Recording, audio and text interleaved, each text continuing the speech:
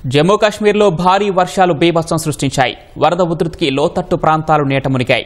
జమ్మూ పఠాన్కోట్ జాతీయ రహదారిపై ఉన్న కీలకమైన వంతెన దెబ్బతింది. జమ్మూలో గత 24 గంటల్లో 19 సెంటీమీటర్ల వర్షపాతం నమోదైనట్టు అధికారులు తెలిపారు.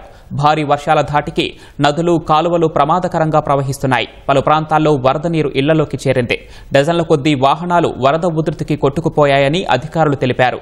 ఎడతెగని వర్షాలతో Indian institute of integrative medicine వసతి గృహంలోకి వరద నీరు చేరగా 45 మంది విద్యార్థులు అక్కడ చిక్కుకున్నారు.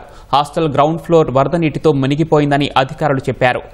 IIIM వద్దకు చేరుకున్న పోలీసులు, SDRF సిబ్బంది 5 గంటల పాటు శ్రమించి బోట్ల ద్వారా విద్యార్థులందరినీ సురక్షిత ప్రాంతానికి తరలించారు.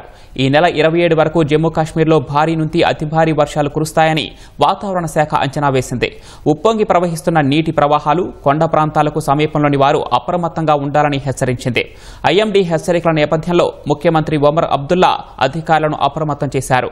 అన్ని విభాగాలు సమన్వయంతో పనిచేయాలని సూచించారు.